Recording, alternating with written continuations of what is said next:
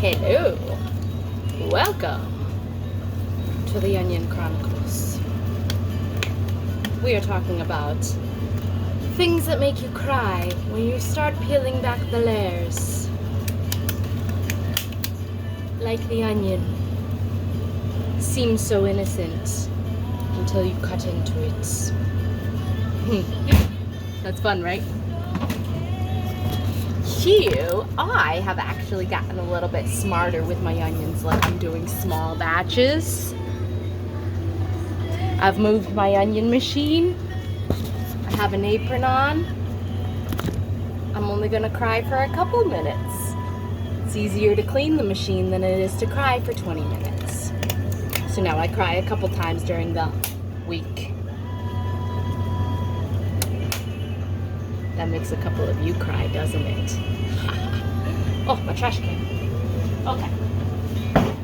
So today, on this episode of the Onion Chronicles, I will be discussing being a small business owner and the joys of it. The American dream, owning your own business, being able to support yourself. Sounds wonderful, doesn't it? And then comes COVID, and bam! There go your dreams. I mean, I still have some nice dreams. Just a majority of them are nightmares right now. Because it is no fun operating a business during a pandemic. But there's one thing that's true, is I refuse to shut my doors. Because I have a feeling that if I shut my doors, I will never reopen. But honestly, keeping my doors open is not the hard part. That is a piece of cake. I just had to adapt. The problem that a majority of us wonderful small business owners face is the help situation. Now, that doesn't mean that there aren't good people out there that will work. It's just far and few between. The tears are already starting. Just thinking about it. It's warm in here too, so I'm sweating. Things that make you cry. Anyways, so I open every single morning. I cut my own onions. I make all my food. I do all the preparations. I literally only ask that my employees do 3 things. We call it the 3 C's of Phoenix. I have it posted right there. That's why I keep looking that way. Customer service, number 1. Cleaning. If it's dirty, clean it. Number 2. And cooking. Make sure you're serving customers what they ask. Make sure you're serving it hot. And make sure the quality is there. That's it. That is all I ask. Good God, you would have thought that I was asking them to cut onions. So,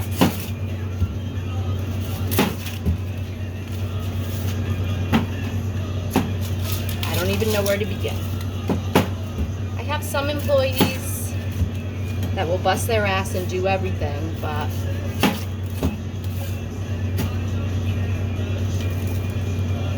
they work. That doesn't mean that everybody else that's working alongside of them works. And the problem is the good employees can't do everything. When the good employees try to do everything, the good employees get pissed off. I don't like it when my good employees get pissed off. That pisses me off. Now, when I interview, I sit down face to face. After I review their application, I set up an interview, I ask them questions, so I screen them, and then I sit down and I have a real talk with them. I wish that my applicants would decide that they want to be real as well. Because I will literally sit down and I go into a spiel and I say, listen, this is a small business. I am the owner. You are going to be directly working with me. When you are directly working with me, the owner, that means that every dollar you make comes directly from my pocket. And therefore, every dollar that I pay you is $1 less that I have. So I like to make sure that people are on the same page as me. I don't pay people to sit on their cell phones. I don't pay people to hold up counters. I pay people to work. This is a job. This is called work. You buy something from the store, you expect it to work, right? If it doesn't work, you're gonna return it or you're gonna complain. Holy moly, I am crying and sweating. Again, it's a kitchen. So anyways, so I sit down with them and I say, I'm gonna give you my real personality. I'm not gonna put on a fake. I explain to them, this interview is as much for you as it is for me. I want you to get a sense of me just as much as I get a sense for you.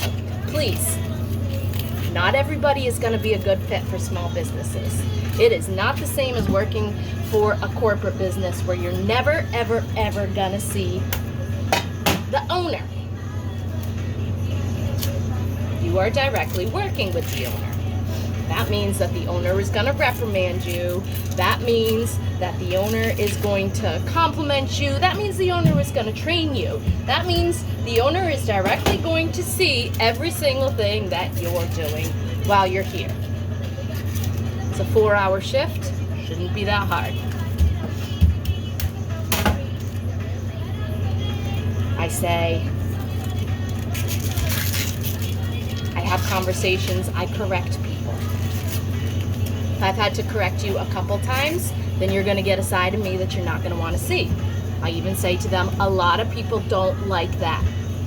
So if you don't like getting reprimanded, I can assure you this is not going to be a good fit for you. So by all means, please don't waste my time and don't waste your time. 99.9% of the time, the employee or potential employee that I'm sitting down with goes, oh my God, that sounds amazing. Yeah, so many times I'm at work and I notice my coworkers aren't working and they just get away with it. They don't do anything and nobody says anything to them, and that really makes me angry. So I totally see what you're saying. And I say, oh, okay, good. So you like hard work. All right, cool. Lies. Nobody likes getting reprimanded. Nobody. So you guys sit there and say that you like the sound of somebody getting reprimanded? Like, come on. The ultimate goal should be that I don't have to reprimand you, but unfortunately, this is life. Even if it weren't a pandemic, it would be the same.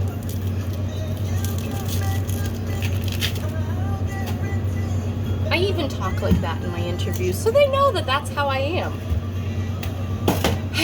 So, anyways, we go through a 3-week training program. Yes, I have a 3-week training program. I have a training guideline. I have a timeline.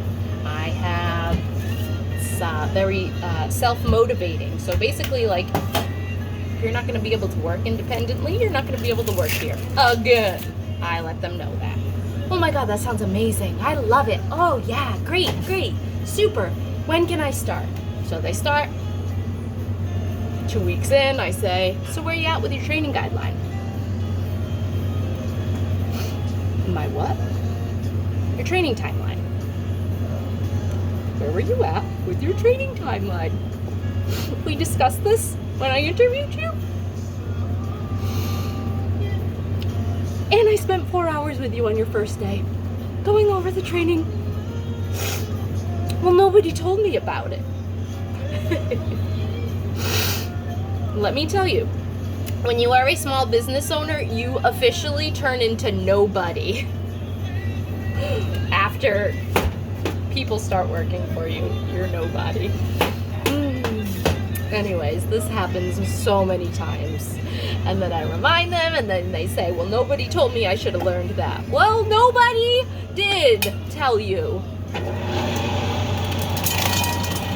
I waste my breath. Anyway, Nobody cries all the time.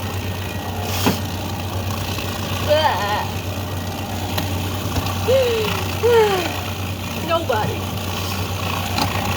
Here's another thing to think of. I see so many posts out there that say that you get fed up with your employer treating you like you're a number. I don't treat anybody like they're a number, which is why you get reprimanded.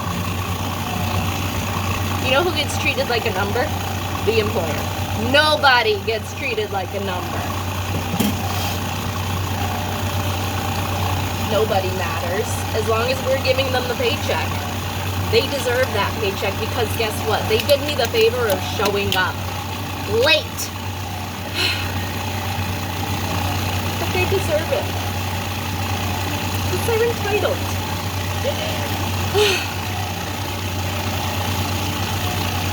Nobody's entitled.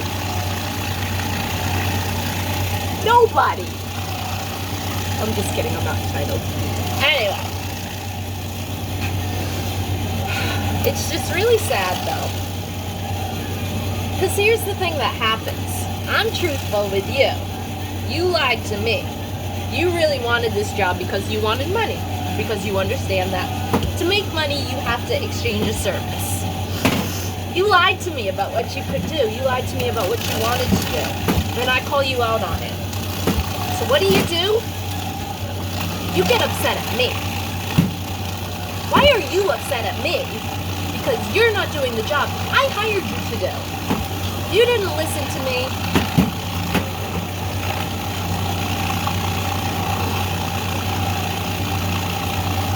I'm so tired of not being listened to. I guess that's why I make so many videos. So at least I can play them back and listen to myself. Let me tell you, my voice is that annoying. That's right, I just said annoying. That's how annoying it is.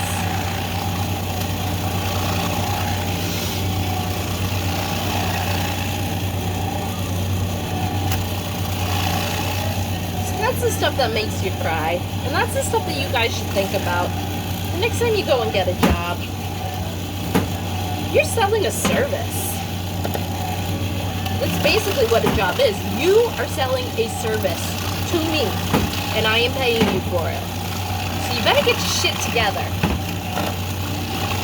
Start giving me the best service you possibly can. Because I'll cut these onions myself. Ugh.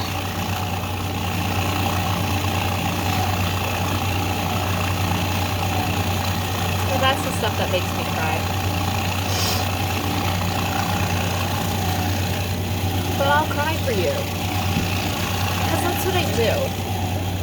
I'm a small business owner. And I cry a lot.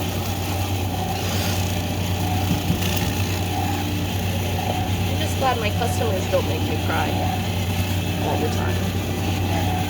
Because then that would be sad.